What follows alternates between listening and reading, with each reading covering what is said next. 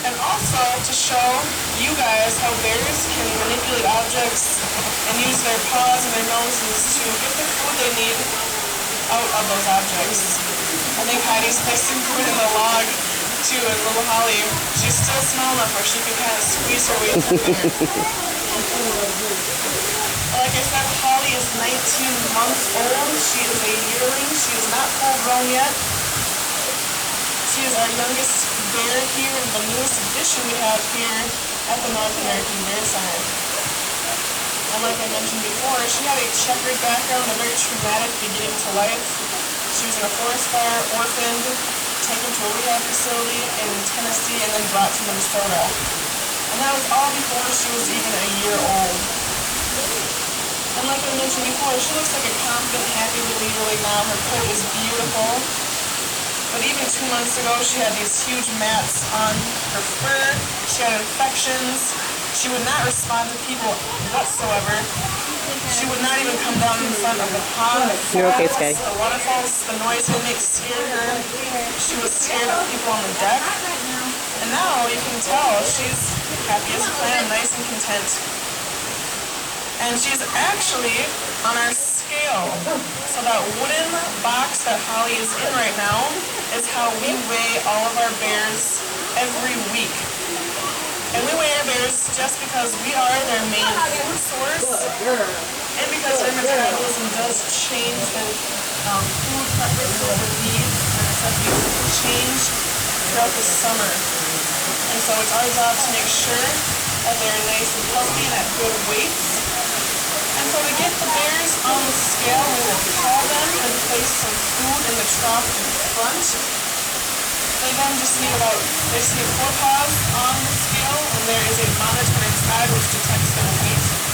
So we will have someone inside and outside at that time. And once again, we just do that because we are the main food source of these bears. And we feed them 4 times a day. Again.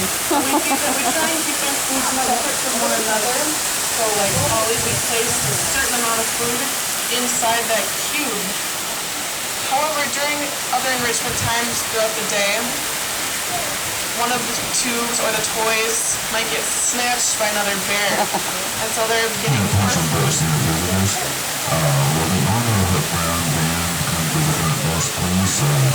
Just want to let you know that you left your right side.